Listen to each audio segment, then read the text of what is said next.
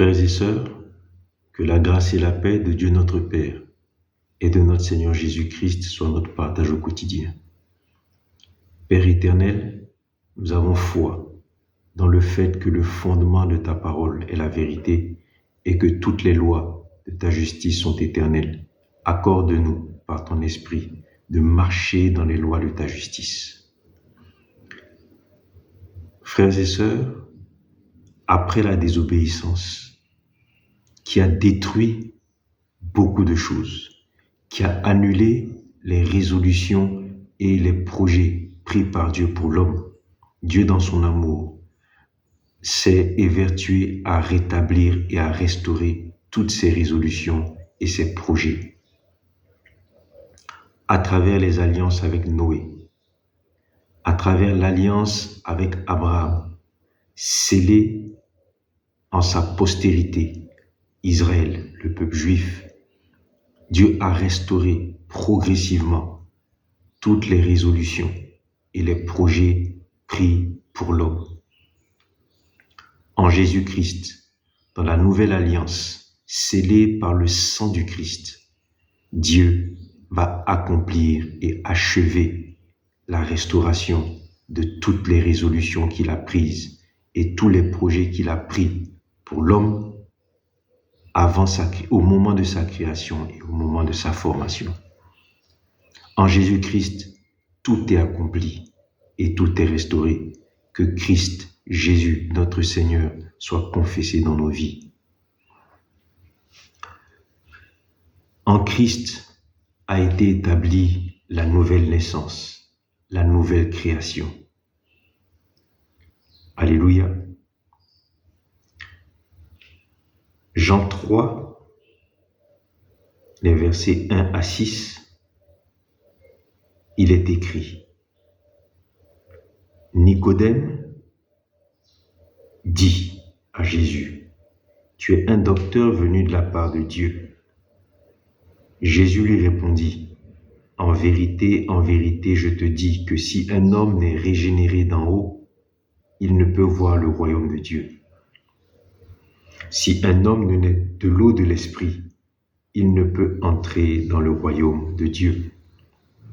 À travers cet échange, ce dialogue, Jésus établissait déjà le principe d'une nouvelle naissance, d'une nouvelle créature, le principe de la nouvelle créature en qui seraient restaurées les résolutions de Dieu et les projets de Dieu pour l'homme.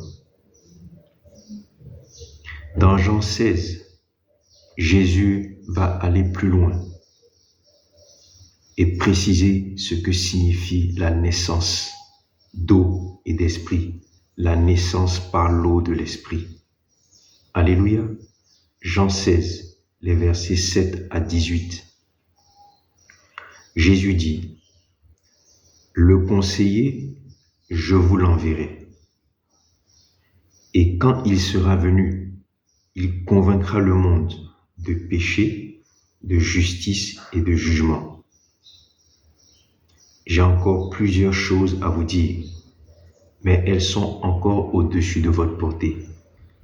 Quand celui-là, l'Esprit de vérité, sera venu, il vous conduira dans toute la vérité. Il dira tout ce qu'il aura entendu. Il prendra de ce qui est à moi et il vous l'annoncera. La nouvelle créature, nous dit Jésus, qui est fondée par l'eau de l'Esprit, qui est fondée dans l'eau de l'Esprit. Cette nouvelle créature est celle en qui la conviction du péché sera afin de l'amener à la repentance, en qui la conviction de justice sera afin de l'amener à la justice par la foi, en qui la conviction du jugement sera afin de l'amener au salut. Cette nouvelle créature, née de l'Esprit, Jésus nous dit que c'est celle en qui que l'Esprit conduira dans toute la vérité, en qui l'Esprit annoncera tout ce qu'il aura entendu de la part du Christ, c'est-à-dire la parole. Frères et sœurs, Jésus nous dit que dans Jean 16, qu'il est avantageux qu'il s'en aille. Jean 16, verset 7, qu'il est avantageux qu'il s'en aille afin que l'Esprit vienne et que par l'Esprit, par l'eau de l'Esprit, par l'eau et l'Esprit, la nouvelle créature vienne. Alléluia. En Jésus-Christ,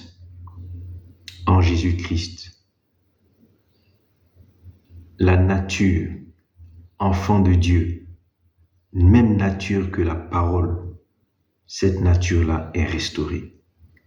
Les enfants de Dieu engendrés par la parole sont restaurés par Jésus-Christ, en Jésus-Christ et pour Jésus-Christ. Jean 1. Dans Jean 1, à partir du verset 1, il est écrit qu'au commencement était la parole. Au commencement était la parole. Et que tous ceux qui ont reçu cette parole, à partir du verset 12, que tous ceux qui ont reçu cette parole, il leur a été donné le pouvoir d'être faits enfants de Dieu, à savoir tous ceux qui croient en son nom.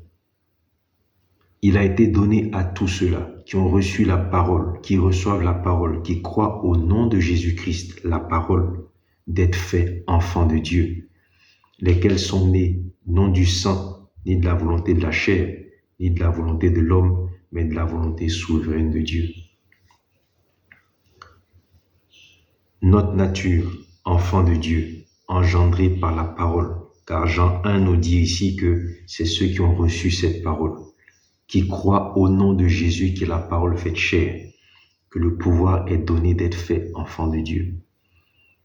Frères et sœurs, Dieu dans sa volonté nous restaure enfants en tant qu'enfants de Dieu en acceptant la parole. La nouvelle créature qui accepte et reçoit la parole, il lui est donné le pouvoir d'être fait enfant de Dieu. Et Jean 1, verset 13 nous dit que cela vient de la volonté souveraine de Dieu. Alléluia. En Jésus-Christ, notre statut de prémisse qui a été évoqué dans Jacques 1, verset 18, où il est dit que nous avons été engendrés par la parole de vérité afin d'être comme les prémices pour Dieu de toutes les créatures. Jacques 1, verset 18.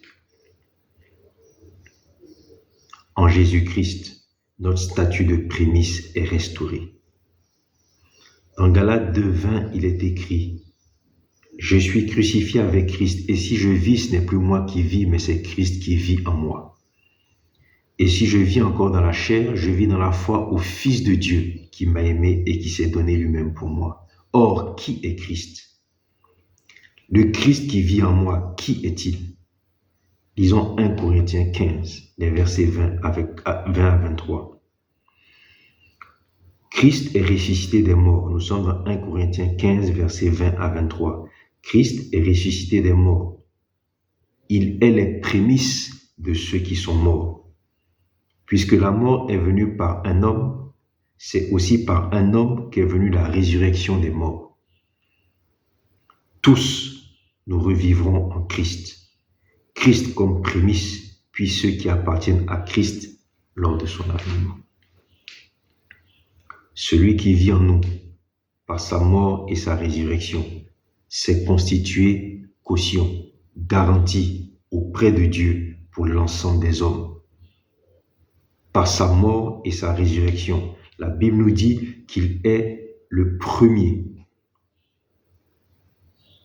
Qu'il est le premier d'entre les morts. Et puisque lui vit en nous et qui s'est porté caution, il nous restaure dans notre statut de prémisse de toutes les créatures. Christ, ressuscité des morts, est un prémisse de nous tous qui, morts au péché, ressuscitons en lui. Et puisqu'il vit en nous, il nous restaure dans notre statut de prémisse. Lisons Éphésiens 2, versets 4 à 10, pour bien comprendre. Éphésiens 2, versets 4 à 10. Dieu, à cause du grand amour dont il nous a aimés, nous a rendus à la vie avec Christ.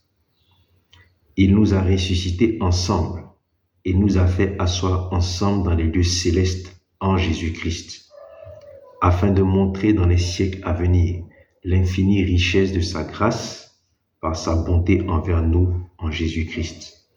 Nous sommes son ouvrage, ayant été créés en Jésus-Christ pour de bonnes œuvres que Dieu a préparées d'avance afin que nous les pratiquions. Nous lisons Colossiens 1, verset 18.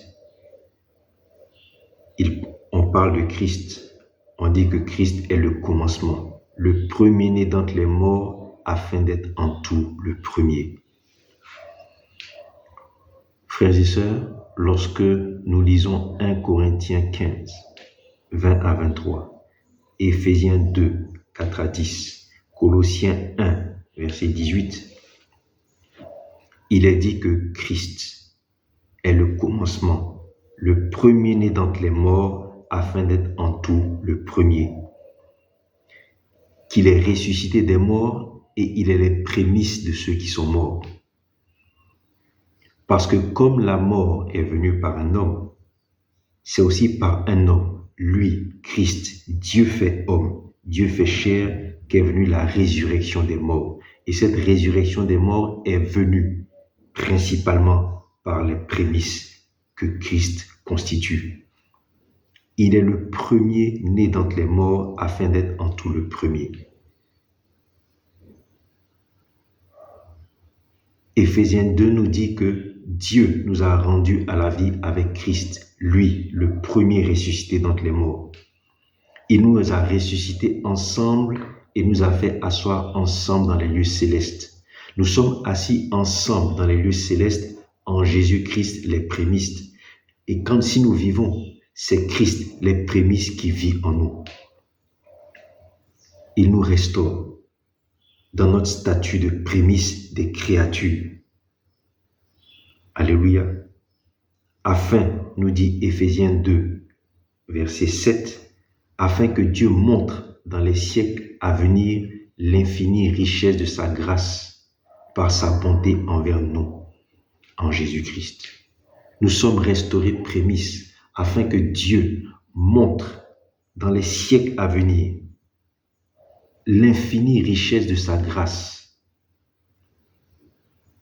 Alléluia. Nous sommes restaurés en tant que prémices en Jésus-Christ afin que Dieu montre dans les siècles à venir l'infinie richesse de sa grâce.